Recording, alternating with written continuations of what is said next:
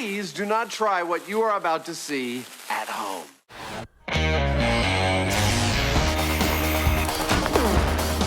Well, there's your problem. In this special series of MythBusters, Almost too exciting. the Dream Team tackles their dream themes. It's scientific!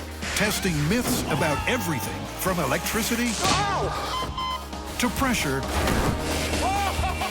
and gravity. This one hurt a bit. Shaking down the science of shockwaves, velocity, and impact. With crazy chemistry, Oh my goodness. far-out physics, Fun for the whole family. and insane explosions. Is everybody okay?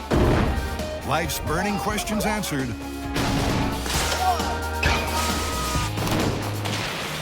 On MythBusters, there's your problem. In this episode, the MythBusters are getting swept up in the science of turbulence, using planes, trains, and tornadoes. Oh dear, here we go. Then they'll put their bodies on the line to discover escape routes that could save your life. It's going down. Here we go. In our first story, the MythBusters are going to investigate if a vortex caused by a fast-moving train can suck a commuter off the platform onto the rails. I have an original idea. Let's start in the small scale. Let's go find like a model train and build a wind tunnel and do some testing to see if you actually even have any suction. Once a start has been made on constructing a wind tunnel, Carrie and Tori get all steamed up in search of a mini train. What's the scale on this? This is 1/29th scale. People doing aerodynamic tests on trains, 1/25th, 1/29th, around this. This is the perfect scale for wind tunnel tests. They know what scale they need, but with this many trains, getting exactly the right one takes some choosing. Remember the golden rule. What's that? You never have too many trains. Back at Grant Central Station, our station master is busy making a wind tunnel, and it's a breeze. What they use in regular commercial wind tunnels is a honeycomb. It's many densely packed small holes. These holes reduce turbulence from the wind source and smooth out the airflow. And he's found a cut-price substitute for a high-tech honeycomb. Drinking straws, 47,000 of them. And with the wind tunnel ready to blow, it's time to get set for the test. There are 3 areas that we're going to be looking at. There's a high-pressure zone right in front of the train at the nose, the slipstream, which is a thin layer of air going over the sides, and then right at the back of the train, a low-pressure area called the wake.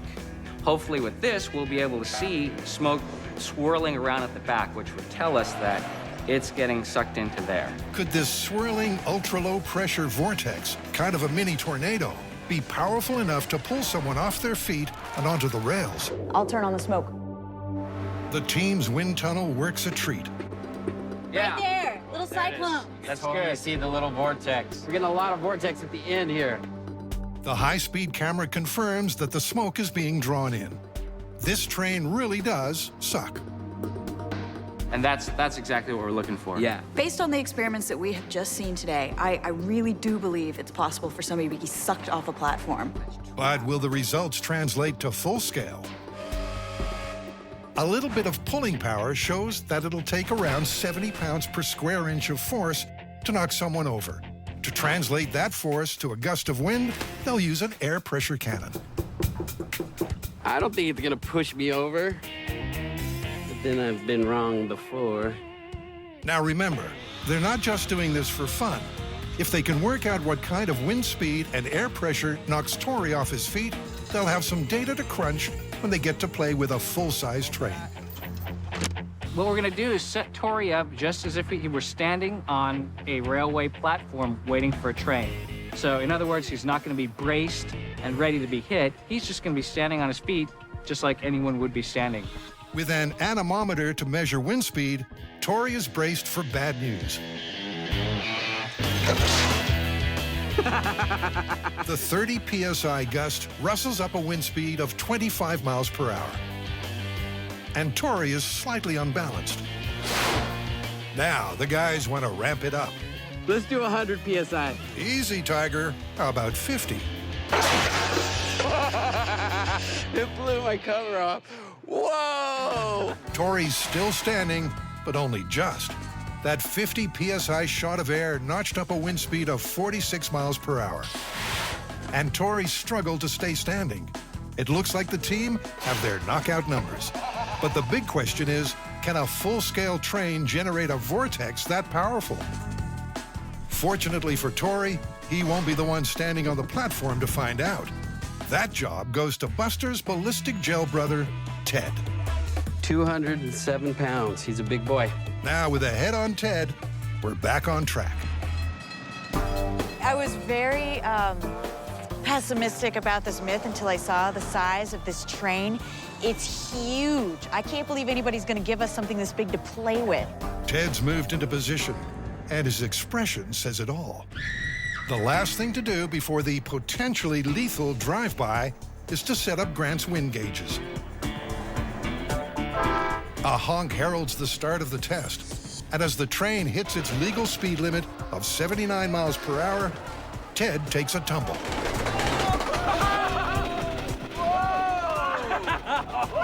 That was awesome! But was it suction or was it more just the gust of air that pushed him over? The replay seems to indicate that Ted got blown over, but not sucked onto the tracks. They'll need to try again. This time, the train will be going backwards, with the blunt end leading and the aerodynamic engine at the rear.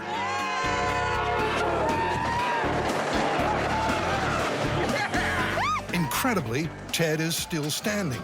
He wasn't even blown back, and Grant's battery of wind gauges reveals the reason why.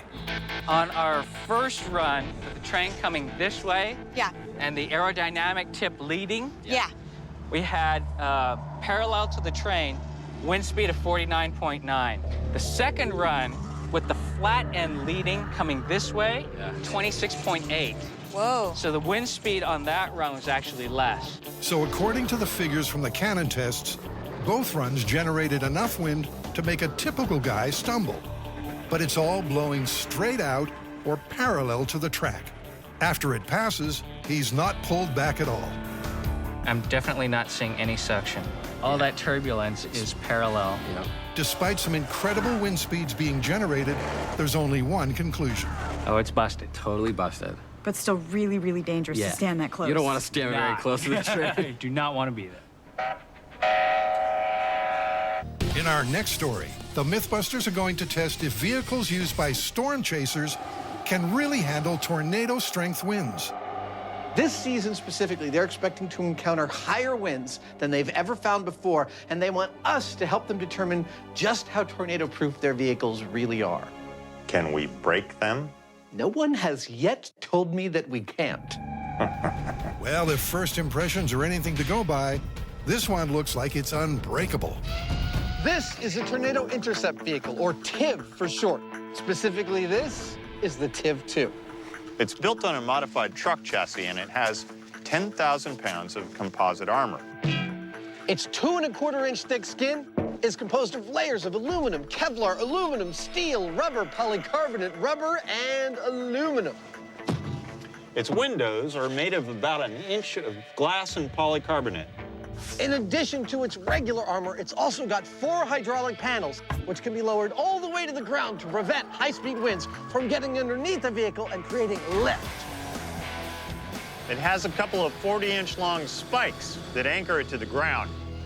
And it all adds up to the state-of-the-art in tornado preparedness and research. Vehicle number 2 is the equally intimidating Dominator. But believe it or not, their owners aren't convinced they can handle a full-strength tornado. Well, this vehicle has withstood winds up to 145 miles per hour, but we'd like to know what the outer limits are. So can you guys make us a tornado to test both of our vehicles? Sure. Absolutely. Why such confidence, I hear you ask? That'd be because they already rented a fully operational jumbo jet. This is our tornado. Oh, it may look like a 747 to you, but to us, it's the perfect experimental platform. All we got to do is push on this lever. And this engine spins up, putting out 45,150 pounds of thrust. And out comes a tornado. Before they drive vehicles in, let's see what winds this jet engine is capable of. This first run with the engines is all about data gathering. What kind of wind speeds can we expect? And that's where this device comes in. These gauges are wind speed indicators from airplanes, and they're connected to a pair of pitot tubes that are also normally bolted to airplanes, like the one behind me. When we turn on the one behind me, these pitot tubes connected to the wind speed indicators monitored by the camera are going to tell us precisely what wind speeds we're getting from that engine at 4 feet off the ground and at 4 inches off the ground, at 140 feet from the engine and 190 feet from the engine. Once the guys know the wind speed at certain distances from the engine, they can put the storm chaser vehicles in place with a degree of predictability. Let's see what kind of wind speeds these things could produce. All right. The pilot puts the pedal to the metal. The noise goes through the roof, and the 45,000 pounds of thrust equals instant blizzard.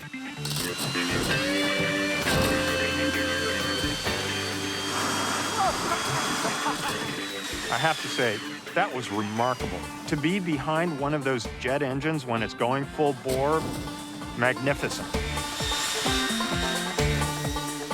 At 140 feet, the wind speed measured 200 miles per hour. At 190 feet, it was 130. Now the guys want to run tests at 160 and 250 miles per hour, which translates to 175 and 125 feet behind the engine. They're starting with a regular car to see how that can weather the weather. So, Reed, right about here, it's going to be going 160 miles an hour when they fire that jet up. Can you put that in context, what that means? Yeah, that's about a mid-range EF3 tornado for us, and that's the enhanced Fujita scale, and that's a strong tornado, and it would cause serious damage to a house, likely lifting the roof off. Let's see what it does to the car. Okay, turn to number 3. The pilot flips the switch marked Unleash Hell. And a couple of seconds later, that's exactly what happens.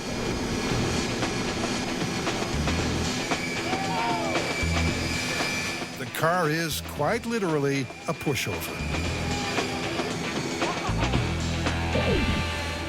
Our fake tornado blew the car about 50 feet, and it blew the hood off the car, which is now about a quarter mile away from where it started.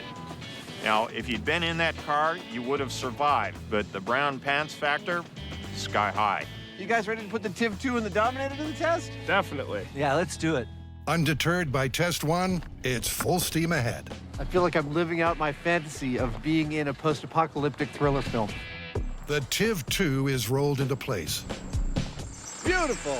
And next we nominate the Dominator. It has bomb-proof coating atop 16-gauge steel, polycarbonate windows, and hydraulics that allow the vehicle to drop to the ground so no wind can get underneath. So what's the top wind speed it's been in? We measured 155.2 miles per hour in a tornado in Wyoming last year. Well, we're going to do it at 160. What do you think? I think it could definitely handle it. Said with the kind of confidence only 16-gauge steel can give you. Let's do it. All right, fire up those engines. Oh dear, here we go. At first, 160 miles an hour seems like plain sailing until... Oh, my door! My door! The TIV's door gets blown open. But luckily for Sean, nothing else moves a micron. That would have been a wild ride. Thank you, that was awesome. We made it.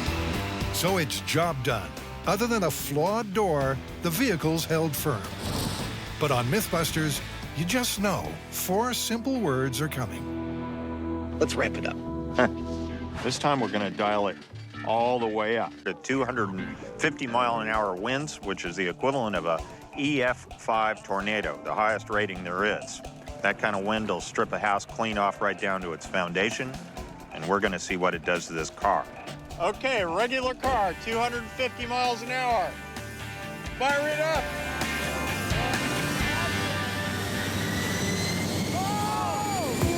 From 0 to hero, the jet soon reaches full throttle, whereupon the car tumbles like a toy. It's a case of now you see it, now you don't. Since just 2 seconds after takeoff, the car is 250 feet away. Oh, it picked that car right up and took it quite a ways. It did. You think your cars will fare a little better? Definitely. But as their cars get into position, there's a sense that unshakable confidence is finally beginning to crack. This has never happened to this vehicle before. And of course, something you spent your life working on, that being damaged in front of you, in front of everybody, it's horrifying. He's right. This could be horrific. Pass me the popcorn. Let's fire it up. Once again, the source of the force is fired up. And a moment later, a 250-mile-per-hour wind storms through. The TIV, with its anchor points, barely moves. But then suddenly, the Dominator starts to lose its footing. It slides in the Force 5. Oh my God! But thanks to its lower chassis, the wind can get underneath it to lift it up or topple it over. They both survive. Nice. Thank you for not destroying my vehicle. Well, that's great. Even though it went sideways, it stayed firmly on the ground. It never got under it. Yeah, I think there was always some downward force there, which is good. That was a great test. The high speed shows the strain both vehicles were under. And although one did move, this 250-mile-per-hour test was clearly survivable. The Dominator only suffered a bent license plate. But it's the TIV that really testifies to the test's power. Oh my gosh, look at that. Yeah, they're bowing. The hydraulic piston, that anchor that goes in the ground, it's bent. Force of that wind actually bent something that was rated to 9,500 pounds. Wow. In the fury of the Force 5, the TIV's anchor points bent under pressure. But even so, the occupants would have survived. And that means it's mission accomplished for the MythBusters. The Storm Chaser chariots are proven tornado-proof. Next, Carrie, Tori, and Grant are winging it. So I'm sure you've seen birds flying in a V. Yeah. Okay, well, supposedly they do that because it's more energy efficient, which leads into our myth. If it works for birds, can it work for planes? So do you actually save fuel by flying in a V formation? Exactly. As a bird's wing moves through the air, it creates a wingtip vortex. These low-pressure spinning cones of air create upwash, giving the bird behind a boost and making it easier to stay aloft. But will planes in formation get that same boost? Before using a real plane, Carrie's built a scale model one. Ed is going to test it at a NASA water tunnel to figure out the aerodynamics. Okay, model's in place. Okay, well, let's go ahead and turn the dye flow on. I can start to see it, like, create kind of a tube. There's an upward motion from this spiral that's putting the following airplane in upwash. So being in the upwash of the vortex is creating lift and making it easier for the plane to fly, therefore becoming more fuel efficient. Exactly. The resulting upwash makes it easier for the follow plane to stay aloft. So look at these planes in formation. This myth is looking really good to me. It's time to play Top Gun pilot, with a golden opportunity for Tori to say something really cool. Let's conserve some fuel. All right, we're gonna start with the control test. We have 9 planes that are gonna fly in a random pattern at different altitudes. We're gonna establish a set speed of 110 knots. Now, we're gonna fly for 10 minutes, and every 30 seconds, I'm gonna write down a data point for their flow rate, and we're gonna establish a baseline, and then we can compare all our other results to it. I feel the need for data. And we are off the ground. All right, let's start the 10-minute clock now. Every 30 seconds, I'm gonna take down a data point. What they're looking for is to measure how much fuel is used when the planes are flying at 110 knots in random positions. Flow rate holding around 7 to 7.9 gallons per hour. This is a great control test. There's a lot of sexy data we got going here. After 10 minutes, the test is over. We made it! Back on solid ground, the results of the control are in. So for the control test in my plane, cruising along at 110 knots at an altitude of approximately 4,000 feet, as you can see in the graphics, we get an average fuel consumption of 6.6 gallons per hour. And the data for the other planes is similar. Fuel rate varies, but what's key is that the formation results for each plane will be compared against this baseline. Now it's time to try out a few formations and see if that makes a difference. This myth is all about the fuel efficiency of the V. But that's not the only formation that could save fuel. For a complete set of results, they'll also test the side-by-side and the conga line. But the first formation for our squad of 9 planes is the mythical V. All right, let's start the 10-minute clock now. Flow rate is now 6.8. Remember, we are flying in the vortices of the airplane in front of us. And although it creates lift, it's also very unstable. We went a little bit too far in, and we started getting sucked in towards the lead plane. And if you're too far out, yeah, you get no gain at all. After 10 minutes, the test comes to an end. And looking at the numbers, it's already apparent that flying in the V formation saves you more fuel than flying without it. So, for Tori's plane at least, it's myth confirmed. But before they properly crunch the numbers, they're trying 2 other options. First, the side-by-side formation. And that's basically wingtip to wingtip. There's some turbulence caused by the planes being so close together. Now in formation, the data collection begins again. About 2 minutes in, and we're using 6.18 gallons per hour. It's unnerving being at such close proximity, and the team are relieved when the 10 minutes are up. Right now, we are moving into position to set up for the conga line. For the final test, the planes move into single file. We just went from a nice, easy, smooth flight to a roller coaster ride. Because we are now flying through the other plane's rotor wash, and it's very turbulent. Oh, whoa, ho. It's a rotor wash roller coaster in the name of fuel efficiency. 2 minutes in, we have 6.35 gallons. But the turbulence of this test is making the others look tame. Oh my I hate the conga line. After the bumpiest 10 minutes of their lives, the MythBusters can finally touch down. Good news, we've got some data. Better news, we're still alive. Back on terra firma, it's time to check which of the formations saved fuel. And after a bumper number crunch, the results are in. All the control baselines are roughly similar, but what's really interesting is the formation fly. In the conga line, the fuel usage went way up by as much as 18%. In the side-by-side, the fuel usage was pretty much the same as the control, maybe a fraction lower, but not significantly so. But then there's the V. Now, both mine and Tori's planes saved fuel. We were 5% and 3% more efficient than the baseline. But interestingly, even Carrie's plane, which was the lead plane, saved fuel, which is what studies on birds have also reflected. Good data. That can only lead to one conclusion. This myth is confirmed. We saw it work in theory in the water tunnel. We saw it work in practice in the air. In a large scale, that actually translates to a lot of money. This might be the way to fly in the future. It's confirmed. They've survived a flight of fancy. But for our first escaped-theme myth, the MythBusters will have to survive a living nightmare. It's a chilling movie scene. The heroine gets nailed into a coffin and buried alive 6 feet under. Escape seems impossible, unless, of course, you're a trained martial arts assassin. Undeterred by being interred, she uses a series of 3-inch power punches, cracks open the casket, worms through the soil, and lives to take her revenge.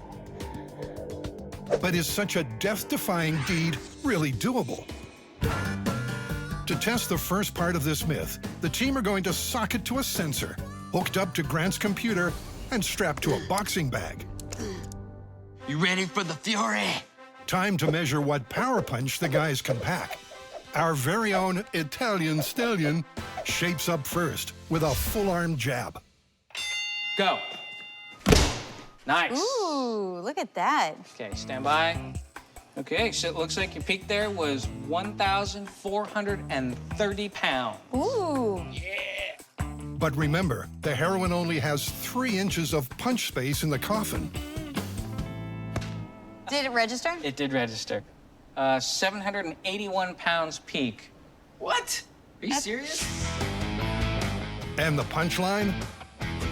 Boom Boom Balachi, 785 pounds. Knuckles Byron, 362 pounds. And Iron Man Imahara, 612. The trio are unable to punch their way out of a paper bag, so they head off to test a real punching pro, martial arts maestro John Fitch. Ready, set, go! With a round arm right, John Fitch fetches a healthy result. Okay, so your peak punch force was 7,144 pounds. Holy crap. Not too bad. Fitch throws a fist 5 times harder than Boom Boom's best blow. But the real test has to be at 3 inches while lying down. It's this punch that's key to the myth. And again. So what's the verdict? So check this out. Your force on your back at coffin height, 1,482 pounds. So a trained fighter can short punch with 1,500 pounds of force. And now it's time for the team to bury themselves into this myth with a pine box made to graveyard specifications, except for a viewing window. And on the other side of the ring, Grant makes himself handy, constructing a robotic punching machine. I call it the RoboFist. Here's how it works. First, air comes into the regulator, gets regulated to whatever pressure I want, gets stored in an air tank. The air tank goes to a high flow valve that lets air go really fast. That gets split into 2 tubes that go down to the bottom of the piston. Now, when those fire, these 2 valves allow air to come out very quickly and goes boom, very fast. 3, 2, 1. I think it's working. That means RoboFist is ready for a test. Here we go. 3, 2, 1. Yo, beauty! So, at 185 PSI, the robot is punching at 1,430 pounds, which is exactly in the range that John Fitch can punch. And it's punching at the right speed. It's time to put RoboFist in the casket. This is how they do it in Hollywood, Gary. Ah, that gotta hurt. The nails in this coffin. Meanwhile, Carrie's worked out the correct punch-to-air ratio, if you get buried alive.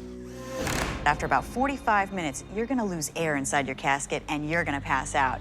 Now, John Fitch says that he can punch about 20 times per minute. So we figure the parameters for our myth should be set at about half an hour or 600 punches. If you can't get out after 600 punches, well, you might not be getting out.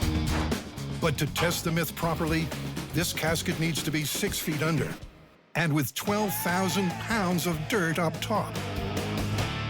Here we go. 3, 2, 1. RoboFist starts swinging. Look at it, it's already starting to crack the lid. Every time he pushes up, dirt falls in through the crack. Almost immediately, the coffin splits. But even after repeated hits, the wood is not breaking into pieces. And after 600 forceful punches, there's no escapable hole. This is not looking good for this myth. It's looking busted. But Tori hasn't thrown in the towel on this myth. He wants to see if he can crawl through the dirt, in the unlikely case of a lucky break. All right, so this is the trap door. Let's go to open like that, and then we'll start digging our way out. In this test, he'll be just 2 feet under. But let's hope he's not digging his own grave. Tori puts on a special crush suit for his best chance of not dying. Try to stop the dirt from compressing my lungs. And most important, a fire brigade breathing apparatus. Go. Is this how Houdini died? Careful in there. Tori slides into the casket and prepares to be buried alive. You ready? I'm ready. All right, I'm gonna open the door slowly. All of a sudden, this seems like a horrible idea. Carrie releases the trap door, exactly as if he'd been able to punch a hole in that coffin lid.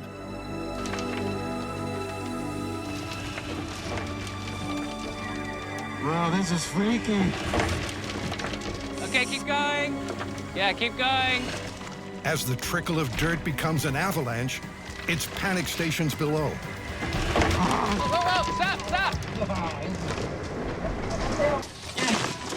I'm all right. I'm okay. I'm all right. The 2 feet of dirt has caved in on Tori, but there's a bonus. It's opened up a rabbit hole above. Daylight. Woo!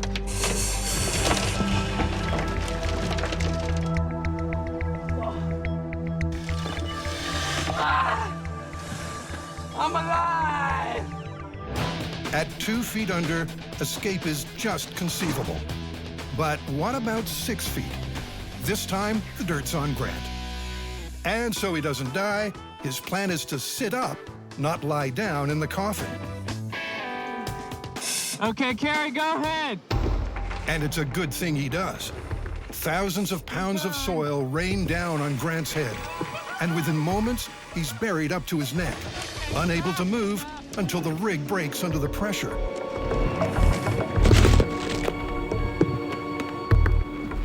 But it's not the only thing broken, because this coffin escape myth is well and truly busted.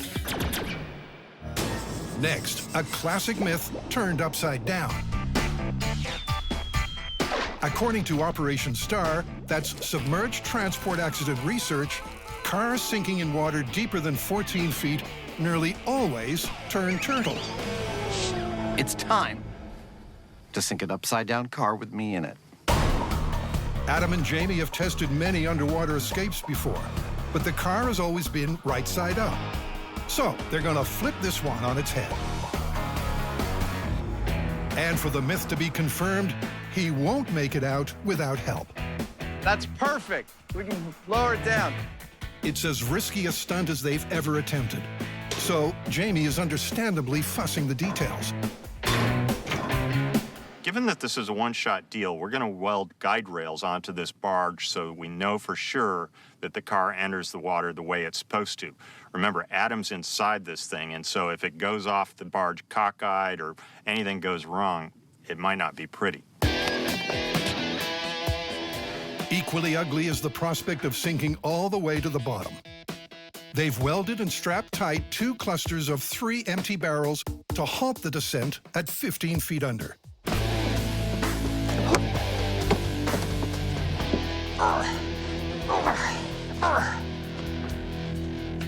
That knot right there is going to pull this car to its final resting place. But hopefully not me. The rope is tied to the back of the car, and a 3-second tug should do the trick. And this end is Jamie's department. Once the car leaves the end of the barge, the front of the car is going to drop quickly because that's where the engine is and it's heavy. Once that end of the car hits the water, it's going to slow down because of the water's resistance, but the back of the car is going to continue going forward because the tow truck's still pulling it. And that's how we're going to flip the car. Adam knows it'll be a rough landing. And the thing I'm most afraid about is actually striking my head on some part of the car and getting cut. That's actually something I've been thinking a lot about over the last couple of days, and I'm going to be working very hard towards keeping my body rigid so that I don't end up sloshing all over the place as the car does the full 180. Jamie's fears follow roughly the same lines, but they're a little more dire. Worst case scenario here is that both Adam and our safety diver get knocked out cold from all of this violence and this impact. I don't think that's going to happen, but that'd be a bad thing if it does. If the myth is correct and escape is impossible, emergency air supplies are fitted fore and aft. I think we're pretty much ready to go. I don't think that's going anywhere. I don't think so. Except into the water with you.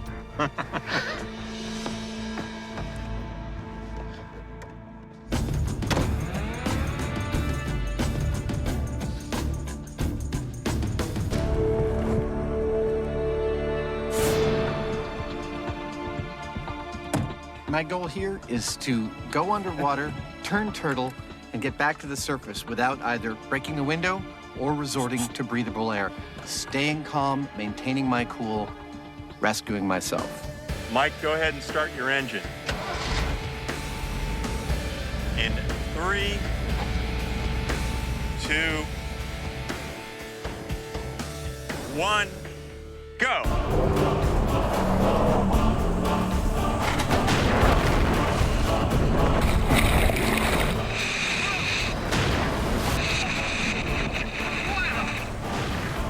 The plan works to perfection as the car pitches nose first and then settles roof side down. Adam's initial fears are unfounded. Both he and the rescue diver are so far uninjured. All right, the car's filling up. Whoa, it's definitely totally upside down. All our safety procedures are working great. It's slowly filling up. I'm definitely not going to try for the driver's side door. I'm going to try for the passenger door. I can't open the passenger door. Of course I can't, because we're still sinking. Until the pressure between the outside and inside of the car equalizes, Adam won't be able to open any doors. We're still about 30 seconds from having turned over. Well, I can hear Adam making all sorts of noise inside there. I don't know what he's saying, but he appears to still be awake and intact. It's crucial that Adam stays calm, especially as a massive curveball is coming his way. The upside-down car suddenly twists right side up. Oh, the car's turned over again. All right, and it might turn over again once we get down because of... Okay, stay calm. Wow, the windshield is totally spraying water out at me. Woo! I have to wait until this car settles down. It is taking a long time to sink. Is that the windshield? To Adam, it's taking forever. But in fact, it's only 60 seconds since the car hit the water. But just seconds later... Okay. It's going down. Here we go. Oh, boy. Oh, boy is right, as the car suddenly drops like a stone. It flips yet again, so it's back upside down. Remember that Adam's not wearing a dive mask, so his vision is even more blurred than this. What's more, there's no air pockets left.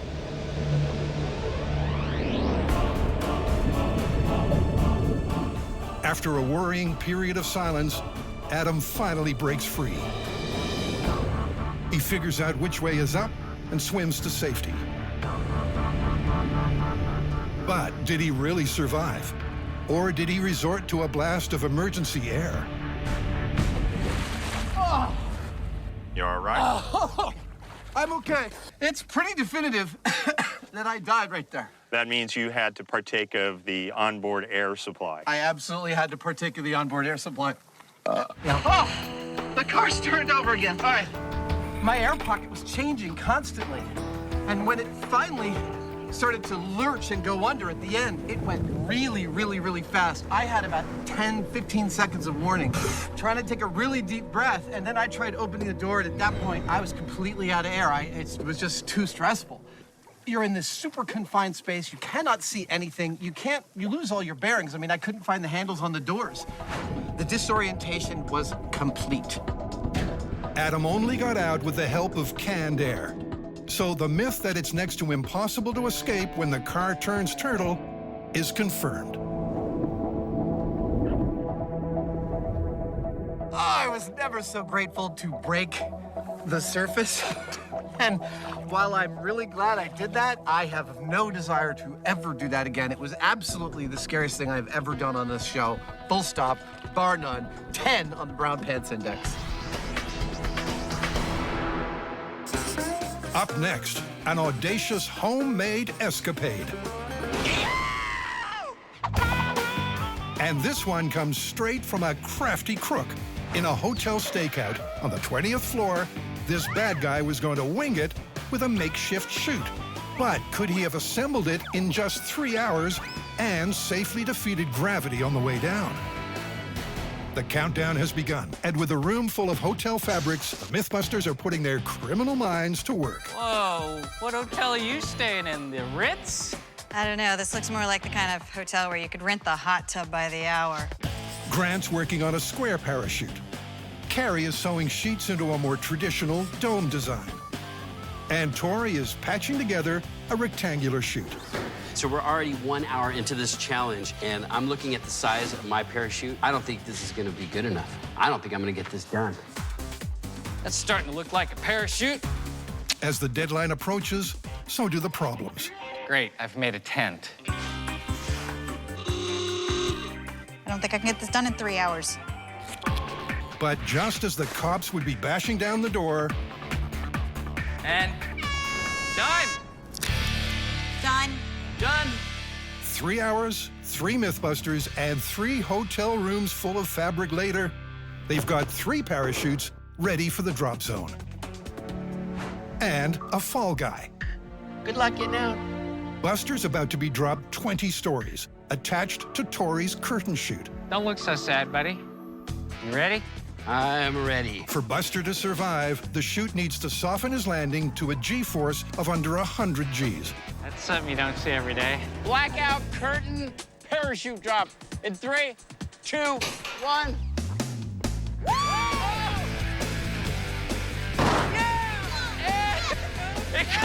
Amazingly, Tori's chute deployed and slowed Buster down, but unfortunately, not enough to head off the impact. So what does the accelerometer say? The bad news, when he hit the ground, he hit it with 160 Gs. That's well over 100 Gs, therefore Buster is dead. It's a shame Grant's square parachute doesn't appreciate a stiff breeze. Had to be a windy day, didn't it? This is not looking good. Grant's got his panic face on. Man. Things are breaking, bending, the whole frame's collapsing. We haven't even gotten in the air yet. Let go. I don't like it when he makes that face. It means things aren't going well. But maybe it can still bring Buster down safely. Look at that! Here we go. This is canopy parachute. In 3, 2, 1. What? Hey! Hey!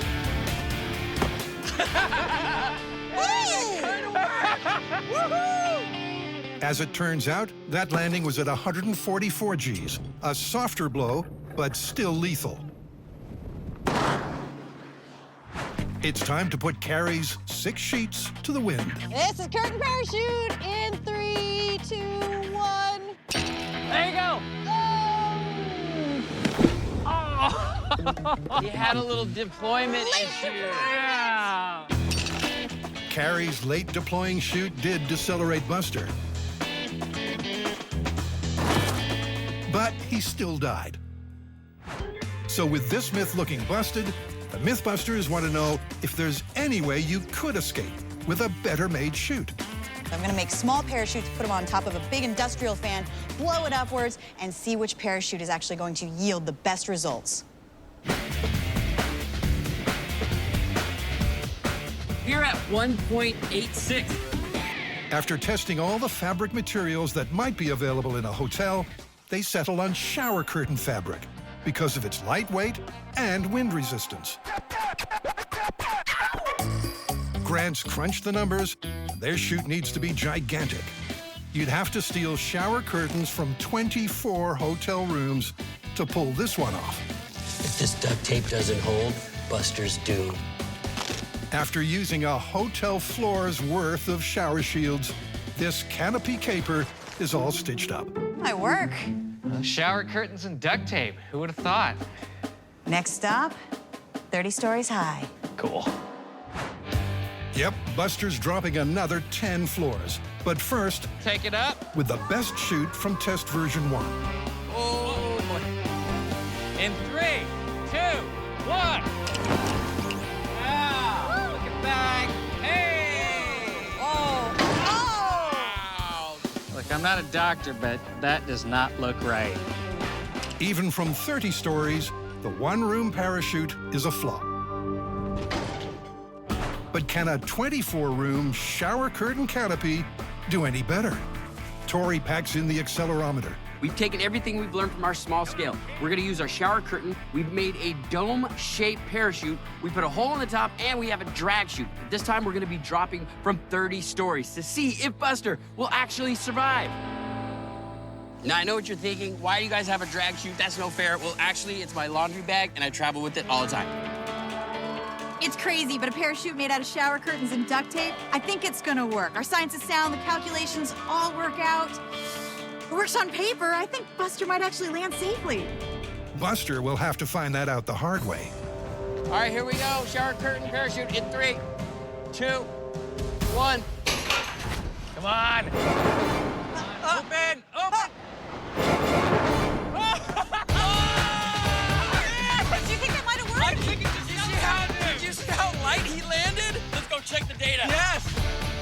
Buster was on a crash course to the ground, but meters from certain death, the shower curtains opened and gently slowed his drop. My God, am I seeing what I'm seeing? Yeah, that's the peak right there. 4 Gs. Our parachute worked, and the best part is Buster received 4.2 Gs, which means not only did he survived without injury. However, the problem here is he had way more shower curtains than the criminal would have had, way more time to build it, and the criminal didn't have the engineering that we used to make this. So, even though Buster isn't busted, this myth is.